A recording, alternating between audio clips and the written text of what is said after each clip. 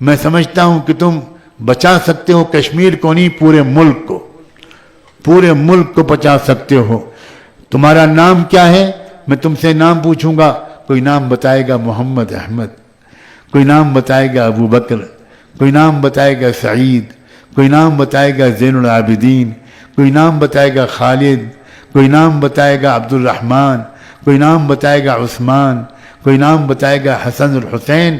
نوجوانوں برا نہ ماننا، کل قیامت کے دن اگر حسن اور حسین کھڑے ہو گئے اور اللہ سے کہا کہ اللہ اس نوجوان کا گریبان پکڑ کے جہنم میں پھینک دیجئے، اس نے ہمارے نام کے ساتھ گندی فلمیں دیکھی تھی، اس نے اپنا نام بدل دیا ہوتا ہے، ہمیں کوئی شکایت نہیں تھی، یہ پورن فلمیں دیکھتا تھا، یہ پورنوگرافی دیکھتا تھا، یہ موبائل پر ننگی لڑکیوں کی تصویریں ایکسچینج کرتا تھا، یہ لڑکیوں سے آئی love you, I miss you کے میسج بھیجتا تھا، اور نام تھا حسن الحسین۔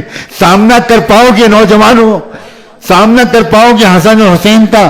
اگر کھڑا کر دیا حسن حسین نے اللہ کے سامنے تو کیا اللہ جگر گوشہ رسول کی بات کو ٹال دیں گے؟ اللہ کو آئے گا غصہ اور اللہ کہیں گے پکڑ لو ان نوجوانوں کو، جکڑ لو ان کو زنجیروں میں، خذوہ فغلوہ ثم الجحیم صلوہ، ان کو ہودے منہ جہنم میں پھینک دو، انہوں نے رسول اللہ کے نواسوں کا دل دکھایا ہے۔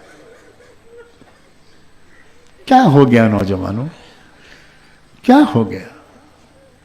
اے میری بچیوں، تمہارا نام فاطمہ ہے، تمہارا نام خدیجہ ہے، تمہارا نام عائشہ، رقیہ، زینب اور کلثوم ہے، تمہارا نام مریم اور زکیہ ہے، تمہارا نام صفیہ اور فاطمہ ہے، تمہارا نام سمیہ ہے۔ سمیہ اسلام کے راستے میں پہلی شہادت ایک مرد کو نہیں ملی تھی، ایک عورت کو ملی تھی، اس کا نام تھا سمیہ۔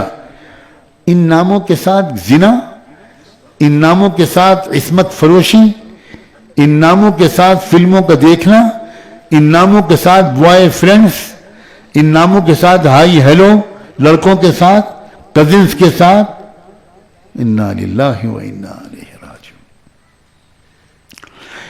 اسلام جو یہاں تک پہنچ